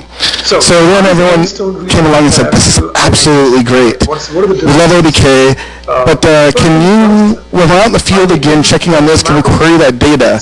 And in the case of Nikki, they said, you know, in the clinic we can afford one phone, but can we use paper as well? So really, ODK 2.0 kind of became a redesign back to where to enable normal computer science things like databases and synchronization transfers, but still keep that same spirit of very, very simple for people to use. And the success that came along with that. Thanks. So Nikki, one of the things that I've really liked about your work is how successfully you've been able to combine the computer vision work with some very, very interesting field deployments in Zimbabwe, Malawi, and other countries. And this is part of the reason Gaetano was very successful in being able to harness energy in Seattle and build great partnerships around the world for impact. And I was wondering if you could explain a little bit about how that was done, how it worked, what you accomplished. Sure. So when I started as a grad student, I did not start as Gaetano's PhD student. I started more in the field of computer vision. And some of my first conversations with Gaetano were me trying to convince him that it would never work. I'm from Zimbabwe, and I said, look, this is just not going to work. There's no way. And he convinced me that it was probably worth trying. And so we started to look at what you can do with the camera and look at the kinds of computation you can do. And very quickly, I think all of us would agree that having good partners is one of the key elements to being able to do anything useful. I'm not going to show up in Indonesia or Zimbabwe or Kenya on my own at the airport and be able to do useful things. We needed to embed what we were doing within organizations that have their feet on the ground, that live there, that have invested in the communities, and by working with them and through them, we would be able to actually do deployments that we can really measure what the technology is doing and really try and make it work. And so Gaetano always helped us find the right kinds of organizations. It's an incredible art, I think, he had, knowing who would be a good partner and who would not be a good partner, and teaching us to try and identify people that would be good partners. And I think that is something that has really helped make this work become successful, is by working with good partners. Thank you, Nikki. One of the points from Eric's talk was, for this type of work, that it has impact if it's sustained, if it lasts a long time, and there are components that need to be taken outside of the university to keep this work running. And so Carl and Yao, after they finished their PhDs under Gaetano, founded a company, Nafundi. So I'd like Carl to talk some about the process of keeping Open Data Kit running, how you complement the work that's being done on the academic side, what you see the role of Nafundi and other supporting organizations in the long run for impact of this type of work. Right. So most of the initial design and development was done in conjunction with really close partners in Kenya and India. So it was really kind of field-driven by what those partners needed. And around the time Yao and I were graduating, we realized that there was a growing number of organizations that wanted to use ODK. And out-of-the-box ODK provided 90% of the functionality that they needed. But they didn't necessarily have that technical capacity to do that last kind of 10%, either the customization or the connecting it to whatever database system they're using, or adding a widget, something that was just like one little tweak would make their life a lot easier. And so what we did is we found Nafundi as a way to kind of provide those organizations support, technical support, add those features that they needed, on a kind of like a one-off basis, help this organization here, help this organization here. One of the nice things that's come out of this is that because it's an open source project, we've actually been able to convince a lot of the organizations we work with to allow us to open source the features we've added for them, and then recontribute that source, the source code, to the main project. And so doing, the project continues to grow outside of the university with this kind of community contribution. And then everyone who uses it continues to gain the contributions that are added by each individual organization. Thank you, Carl. Sam, you've been involved in some very interesting deployments of Open Data Kit, and in particular at the start, Ed mentioned shortly after Gaetano passed, we received a letter from Jane Goodall. So I was wondering if you could talk a little bit about the work that the Jane Goodall Institute has done with Open Data Kit, how this partnership was established, and what the connection is with chimpanzees. Sure. There's always a good connection with chimpanzees. So in the early days, before I was involved, the Jane Goodall Institute was actually one of the early adopters of ODK. And Waylon in particular has done a great job continuing to nurture that relationship and keep them involved. And they've done a lot of amazing things with tracking chimpanzees and tracking poaching incidents of poaching, something they call bush ovens, where poachers will actually construct in the forest a makeshift oven to cook bushmeat, which is chimpanzees, and they'll report on this sort of thing, and they have really sophisticated mapping tools, and in general they've been a fantastic organization to work with.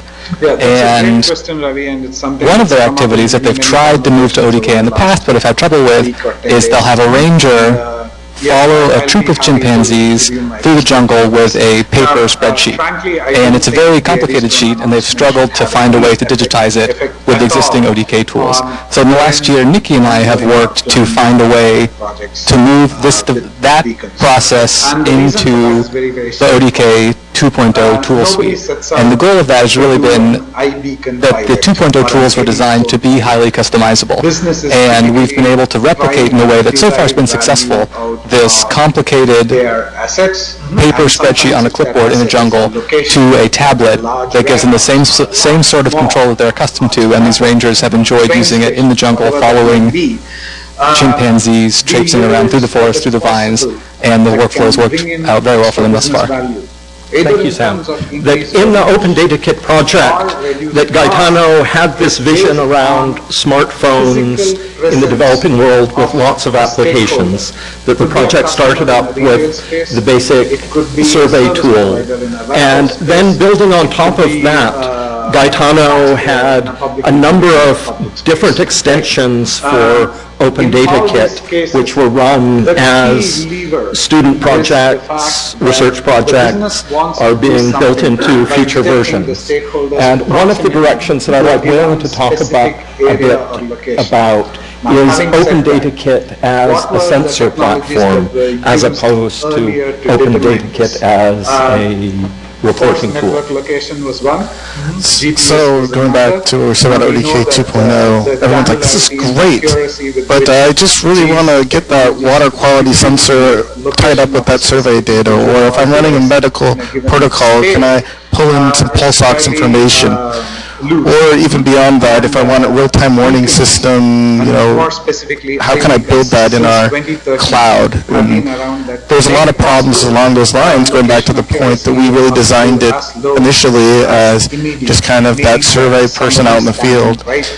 And so right now we've been looking at applying some of the same computer science techniques that you would normally apply. So we built a sensor framework that is basically real-time sensor drivers that work on a phone, because no one wants to reformat their phone. So going back to Eric's point, most people would argue, yay, user-level drivers been done before, but it's actually not usable for people in the field, or asking someone to necessarily set up a sensor system with Hadoop is a little outside people's reach right now. And so that's a lot of our focus right now, and paper's another great example where people have the paper, visions were known, but how do we actually make it work and bring that all together in a way that's actually kind of an information system, is the way I like to call it, Open Data Kit 2.0. Information's coming in from sensing, maybe pre-existing data sets, or I jokingly call it big data without the big. Oh wow, Android, billions of devices. One of the things that as a group we're very proud of this year is the success of students, and the fact that 2 students out of the group have taken academic positions in ICTD. One student we're very proud of is Nikki, who's joining Cornell in January. And so I would like Nikki to reflect a little bit on the trajectory she's got and how she can build her career at Cornell with the basis of Gaetano's advice. That's definitely the money question. Now, having said that, so I spent a few months at the earlier part of this year flying around the country and doing a lot of job interviews, which was a phenomenal experience, if also very stressful. And I think that I really missed Gaetano through all of that, and wanted to email him every 10 minutes and ask for his advice. But it turns out that he trained me well. I think he's given us all the skills that we need to be able to be successful. And so I will be at Cornell Tech, which is a new part of Cornell University that's based in New York City. And the focus of the university is to really try and take academic work or do research and academic work that has immediate impact and immediate engagement with the real world.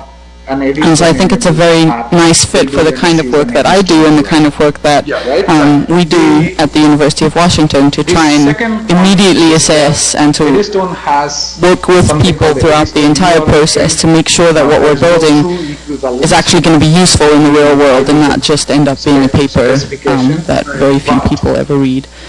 So that's going to be my focus. How to do it yet, I really don't know. I'm hoping to figure it out as I go along. But if any of you have advice, then I'm definitely open to that. There's a lot of very smart people in this room, so help us out. Okay. Thank you, Nikki. That from Carl, I would like to hear a little bit more that from the Nifendi perspective, what type of users do you see of Open Data Kit, and how has the user base expanded through the years that you've been working on?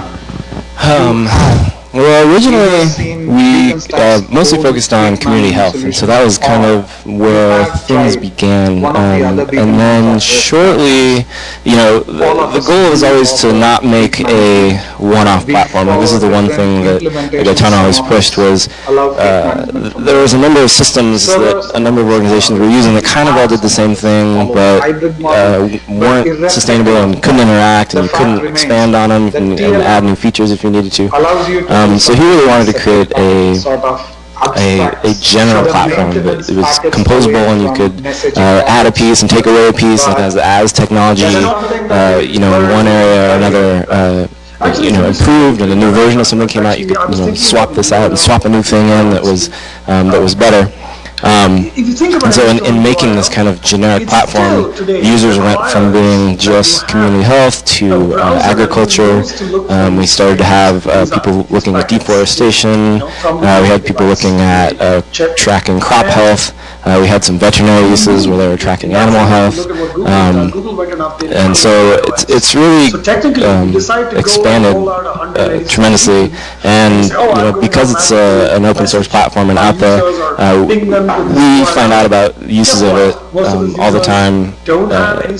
Groups that we didn't have any idea. I remember Gaetano telling me he went to an education conference, and the person before him was talking about this system where they sent students into the field to take pictures, and they would map it, and then they would come back in and look and graph and show all the pictures of all the bugs that everyone was finding in the field, and Gaetano was the next speaker, and he got up and he's like, well, that was my talk.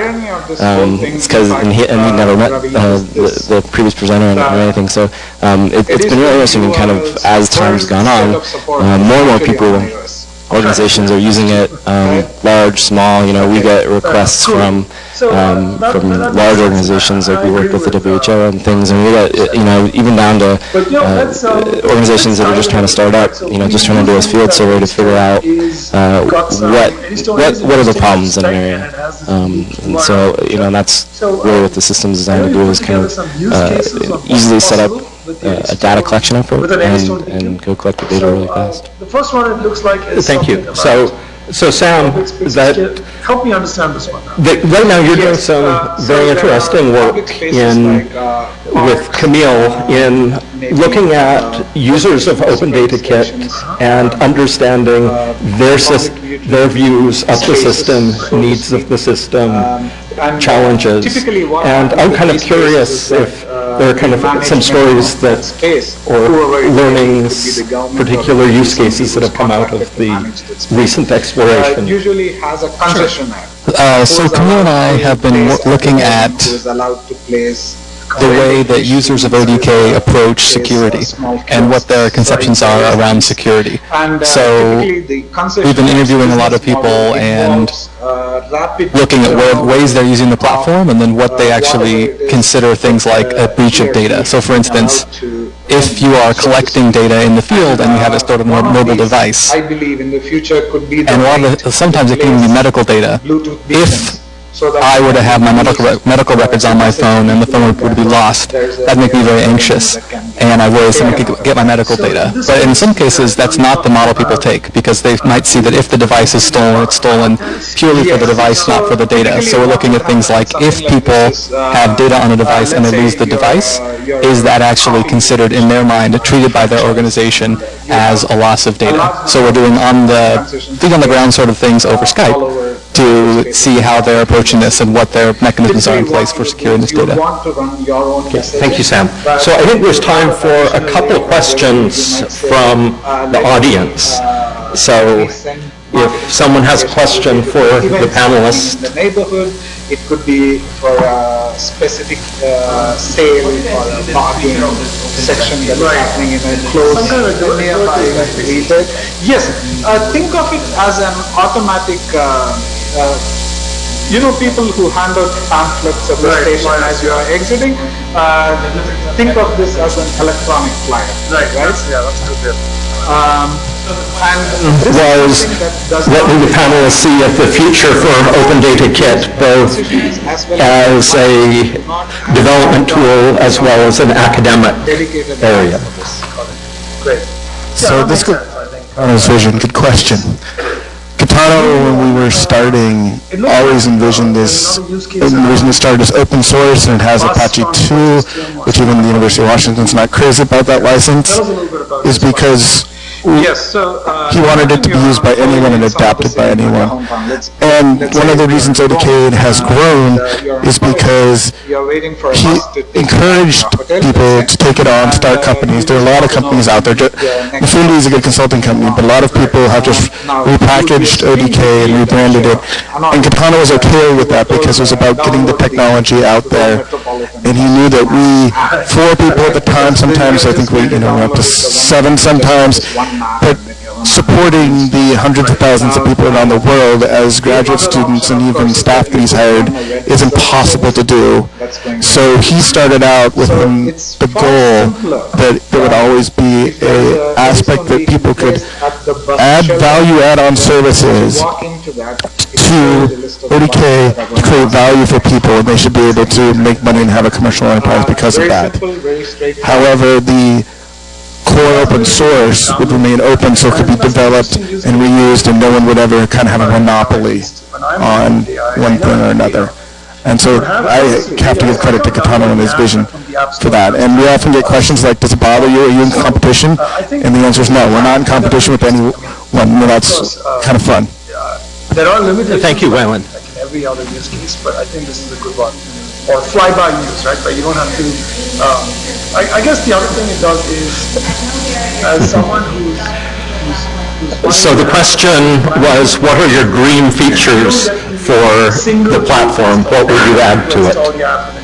Yes, that's a very good point, actually, because in most cases, the digital marketer for that I'll just say that I'm going to let them think, and I'll stall over to think, because I'm not going to answer it. I think we get so many requests that I'm going through at least 1,000 in my head, and at least 20 I heard today from people in this room about what they'd like to see. So I didn't know what the best one is. I'm going to leave that to Carl. And I'm probably not going to give a very satisfactory answer. The interesting thing is, like I said before, a lot of the development efforts are driven by organizations that actually collect this data. And so for a lot of what we do, it's not like us building something because we want it. We're building something that someone else wants. Like they've told us in the past, like, oh, this would be super helpful. And 2.0 is being built to address a lot of the issues that organizations have come up with in 1.0, and as a kind of both as a research side of things for students to work on, and as to address some of the ODK 1.0 is very unidirectional. It's collect data, it's send it to a server. ODK 2.0 is very bidirectional. It's this data is up here. Let's sync it between devices, and then be able to use that information in the field to make better decisions. I actually don't even so it's tricky from our perspective to say like this would be the next best feature, because it's very much whatever organizations kind of ask for, and from my perspective. Yeah, so I think not necessarily a feature of ODK as such, but some of Gaetano's most recent work through one of his younger students, Aditya, is looking at voice. And, there's hundreds of millions of illiterate people or visually impaired people that currently really struggle to use text-based interfaces. And so looking at how you can use voice-based platforms, voice-based social networks, and try and give people access to those kinds of services without needing to be able to read and write. And that was definitely something that has been a big focus in the last sort of 2 or 3 years through Aditya. And I think that's a massive piece that ODK hasn't really addressed yet. So that would be my answer. So now, please. I would say that partly based on what I'm working on now, I would love it if we would find a way to keep the data usable and keep the system as usable, but also make it more secure. And part of that is because in a large part, the system that we're replacing is paper. And for a lot of the people using the system, having it on the phone is much more secure than having a bag of paper forms. But in 10 years, that might not be the case. And the traditional way that we would go about securing it might be something like a password. But I've been working with the Red Cross in Jamaica. I had people give me their personal Facebook accounts so I could log in while I had their phone in my hand. And we have to think of ways that in these contexts we can still secure the data in a way that keeps it usable and keeps the tool customizable, but still works in these places. Go with the firmware release. So now that I had time to think, I actually think the features that we need are actually not really ODK problems. They're general computing problems. So like, how do we get connectivity everywhere? Power and all these other things, that these are the deployment problems that really exist. And the great thing about Gaetano is he always wanted ODK on that trajectory, that when the next breakthrough comes through, we can incorporate that in. And so I think that really a lot of the same problems are just general computer science, electrical engineering problems, and applying those correctly to the use cases is really moving forward on this particular. Thank you very much, Waylon. That I would like to express my deep appreciation to all four of the panelists for their very insightful answers and discussion. So thank you very much.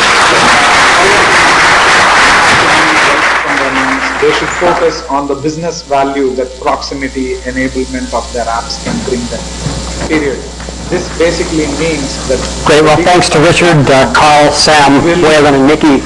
We have one more talk before we have a break, and then there are 5 talks after the break. It's a huge pleasure to introduce John Bennett. Let me say a few words about John before he joins me on stage, because it's another one of these example sets of connections. John is currently Associate Vice Chancellor for Innovation Initiatives at the University of Colorado's Denver campus, and also as a past president of Engineers Without Borders, not unrelated to what we're discussing today. John was actually a graduate student of mine and Alan Borning's. Alan is here somewhere in the audience, more decades ago than any of the three of us would like to remember. He was a double E in computer systems person back then. He spent many years at Rice University as a faculty member, and then was lured away to the University of Colorado at Boulder, probably about a decade ago, something like that. And there he ran an organization called the Atlas Institute, and among other things turned it into a leading center for ICTD work. One of the students he recruited, you'll hear from after the break, that's Heather Underwood in the audience here. She's been an undergraduate at the University of Washington with Gaetano, was actually John's, I think, most recent PhD student, and is now a faculty member with him at CU Denver. So again, these threads and connections run very interesting circles. So it's a huge pleasure to introduce John Bennett, and as he joins us, I'll try and find his slides. All right. Can a single app work with Eddystone and iBeacon at the same time? It is possible. It is something that we ourselves will strive towards. It's going to be great. I do not know of any current implementation like that. Okay. All right. So nobody's really done it yet. Thanks. Am I a computer scientist? I'm impressed. Great. Okay. Everybody hear me okay? I'd like to begin by thanking Richard Anderson and Sheree Lim for inviting me to participate in honoring Gaetano in this way. Gaetano came to the University of Washington to begin his academic career as I was leaving UW to begin mine. We were both from the experimental computer systems side of the house. We built devices and systems, and we evaluated their performance using the usual metrics: speed, power, capacity, range, and so forth. Or the release of Android M. It was my good fortune to run into Gaetano a lot in our early career. We kept meeting each other at conferences, randomly in Washington, D.C., in Seattle, where I like to come back once in a while.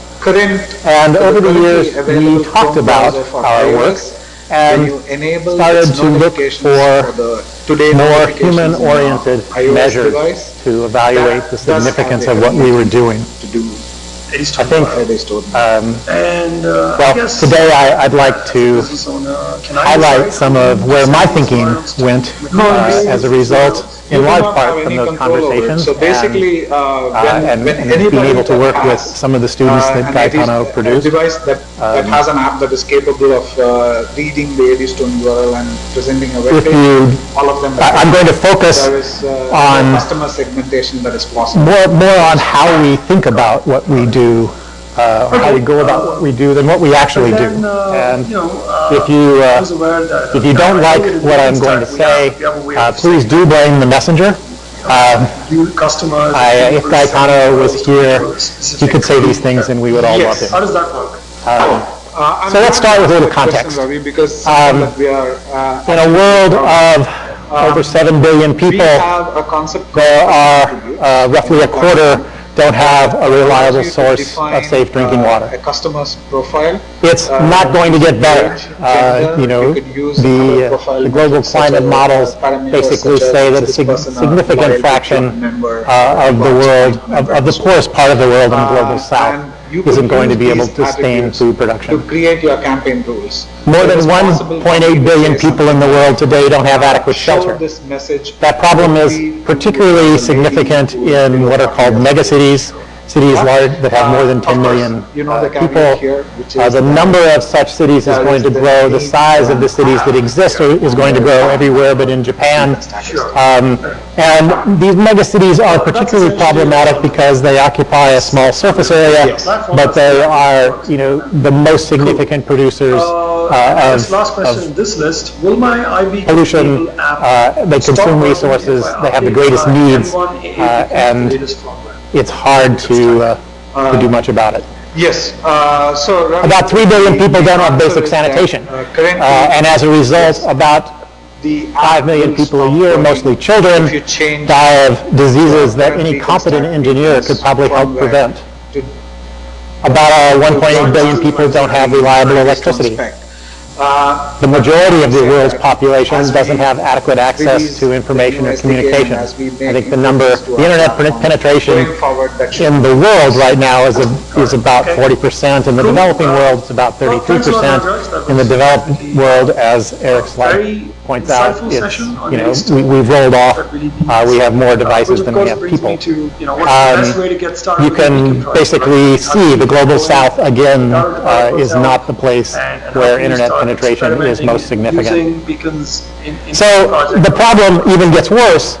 In the next 2 decades, we're going to have 2 billion more people who have significant needs and create unprecedented demand for energy, food, potable water, ag water, waste disposal, shelter, healthcare, infrastructure, economic opportunity, education, everything. So we include access to the beacon standard. So what do we do? We have an app for iOS, Android. So how can we help? So I'd like to, here's the process part. I think that I'm going to take my top 10, and almost all of these are based on mistakes I have made. And so empathy is where we start. I'll say a little bit more about NWorks, but the first thing we teach at NWorks is empathy. If you actually want to do some good, you have to try to understand the people for whom you're trying to do the good at a deep level, and that begins by listening to them rather than talking at them. No one cares about our cool Wi-Fi infrastructure if they're hungry. We have to deal with basic human needs first. There are facts on the ground that are beyond our control. Places where we work have political, economic, social forces that are powerful and directly impact the lives of the people with whom we're working. All of these places have unique culture, religion, values. We're not going to change those. We shouldn't try. We should respect them, understand them, and work in their context. The community priorities. I guess at this point we're done with this part echoes Eric, I think the focus on the community's priorities have to be our priorities. Communities move at different rates at different times. There are times and communities where we want whatever you've got yesterday, and there are times when they want to reflect and think about what you might be able to do would fit in with the way that they go about their daily lives. It's their project. not ours. I have certainly made the mistake of leading with technology. I suspect that some of the other people in the room have as well. It's a mistake. Building it and leading it is a worse mistake. The question I have been most asked in Africa is, are you going to come back? Because so many people have come, they've done their project, they've gotten their data, they've gone home, they've published, and they've never been seen again. I think Kintal is right. The technology is an amplifier, and of good or bad. Finally, most lists like this often talk about empowerment. They talk about empowering the community, or empowering the women, or empowering the poor, or something. And I'd like to suggest to you that that's a bad idea. Echoing Dijkstra. That the idea that power is something that we have and we're going to convey it to a member of the community or a community is simply wrong. I think it's a bad way to think about development, and it's, I believe, the reason that we often kind of lead with technology. That we should instead think of ourselves as folks who can help remove a barrier. And we should define, we should think about those barriers along with dimensions that the community members themselves define. So what should our role be? I think we should help the community to identify the real needs that they have, to help them plan, evaluate options, assess their capabilities, assess our technologies, and consider the need for outside resources. To help the community develop and evaluate potential solutions. To help the community choose the right technology, whether they think they can maintain it, how they would like to see it maintained. Is there going to be a committee? Is it going to be someone trained? The community understands, all these communities understand sustainability because they've had to live with it. I think we really need to get over our own research objectives, and we need to focus, if we want to talk about research, let's talk about research, but if we want to talk about development, let's talk about improving the quality of somebody's life or livelihood, and do that, and let the research fall where it falls. If we don't get this right, well, I think all of you who've been in the field know that the world is littered with failed development projects, all created with the very best of intentions. I'll give you my favorite example from personal experience. I didn't make this mistake, but I witnessed it. In the Dogon region of Mali, which is this high area that has preserved its culture because it was geologically separate from the Sahara that it butts up against. A European communications company wanted to build a first-class community radio station. Community radio stations, as you know, provide development content about crops and healthy habits and childbirth and all that kind of stuff. And they went to the community leaders and said, is anyone using that vacant land over there? No. Does anyone own it? No. Is anyone going to be using it? No. Okay. And they went and built a community radio station. What they didn't ask, or didn't think to ask, was that in the religion of the Dogon, of that particular region, there was the notion of bad place, a place where bad spirits, bad things come from, and as a result, no one would work at this station and no one would listen to broadcasts from the station. And now it's a beautiful edifice, boarded up and unused. In spite of all these challenges, every time I talked to Gaetano, he was incredibly optimistic. He truly believed that we could make a difference, and he was right. We can. He showed us how. We can integrate research and practice. Technology can be used to meaningfully and appropriately contribute to development. His amazing former students carry on that really important work. I get to work with one of them who will speak later today. The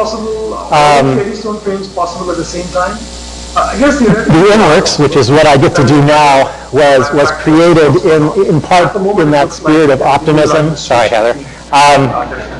It's the most optimistic picture I could find of her. So just very briefly, I want to talk a little bit about what InWorks is. So the basic idea is to bring together, so as Ed said, I started at the University of Colorado Boulder. Colorado is a 4-campus system, Boulder, Denver, the Institute's medical campus in Colorado Springs. I'm on leave from Boulder, and now I have this gig that shares the downtown and medical campuses. And the idea is to bring together faculty and students from those two campuses together with people from industry, people from government, people from other universities, people from K-12 education, and to work on really hard problems that matter to humans. You can't read that chart there, but it's a mashup of the Millennium Development Goals, the National Academy of Engineering Grand Challenges, and the Beyond 2015 Development Goals. We teach students how to collaboratively solve problems. We start with the design thinking, how to respect expertise not your own, how to compellingly articulate your own ideas to people who don't share the same vocabulary that you do. And we also provide the resources to actually build to implement those ideas. The best way to do that when teams to buy a kit right now, their potential solutions. We don't expect a team of students to end poverty in a semester, but they can choose to work in that area, and they can make a small difference and see the results. So how do we do that?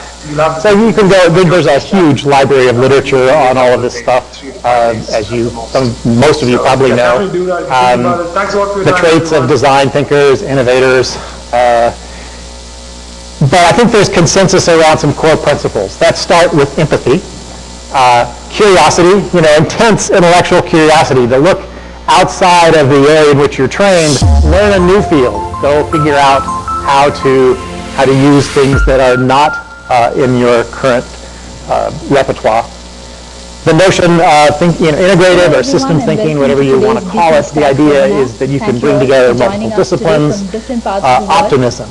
You've got to believe that there's a way to solve the problem, that there's a way to do something better than what we have, the ability to collaborate, and a bias toward action and experimentation. We call it not asking for permission. Importantly, these are innate skills. I don't know anyone who shows up at the door with these kinds of skills, but they represent skills and habits of mind that can be taught and nurtured and mentored, and that really is the role of InWorks.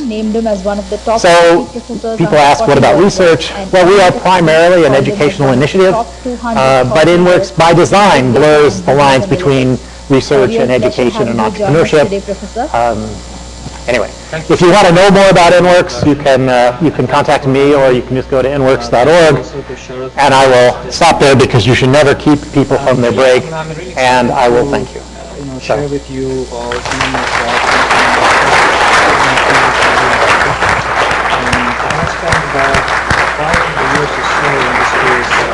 working with a variety of different companies, a few different. Well, that's a great way to wind up this portion of the afternoon.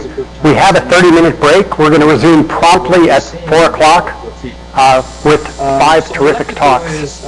So I hope you will be back. And I want to thank all of the speakers in this first segment, and we'll see you in 30 minutes. Thanks, everyone. On this space, and then I'm going to walk you through 3 specific case studies that myself I have engineered, executed, and designed along with co-authors. So this is the plan for today. Thank you, Professor. So as Professor Anand suggested, we are going to walk you through a few real-world case studies conducted across retail stores in Germany, China, South Korea, and the US using beacons, Wi-Fi, and geofencing for targeted mobile advertising. A quick announcement about questions. All attendees can type your questions into the question window that you see as part of the GoToWebinar console. Professor Anand will answer all your questions towards the end of the webinar. So over to you, Professor. Okay, thank you. So yeah, this is the title of today's webinar is Location-Based Mobile Advertising Lessons for Retailers. While I have spent the last 5 years working broadly in the mobile marketing, what I'll do today is talk to you about 3 specific case studies that use location-based technology and different kinds of technology push-based systems or pull-based systems, and so on. And so in case you're on Twitter, my Twitter handle is right there on the screen, GHTC. So let's start with some of the high-level trends that we get to see. So if you look at the last 6-7 years or so, there's been a steady increase and steady rise in the share of mobile marketing as a percentage of the overall digital advertising spending in the online world. And right now we are looking at, as of next year, we're looking at something like mobile marketing, mobile advertising taking up to 15% of the global online advertising spending. And various studies and various sort of analysts have consistently been suggesting that the share of location-based advertising in the world of mobile marketing is going to rise continuously and steadily.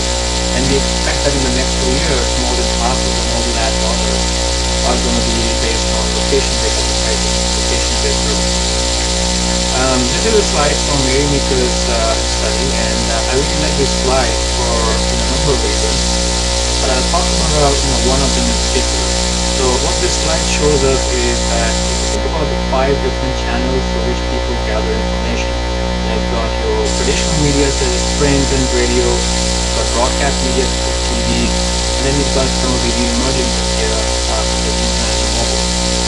The blue bar tells us what's the percentage of advertising dollars being spent on that channel, whereas the yellow slight orange bar tells us the percentage of time spent by people on that channel.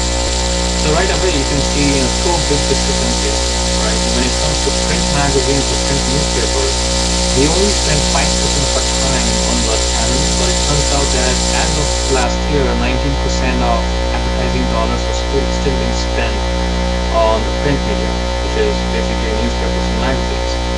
But when you look at mobile and the other extreme, it's exactly opposite. We are spending at least 20% of our time on mobile devices, and as smartphone penetration increases, that time span is increasing rapidly.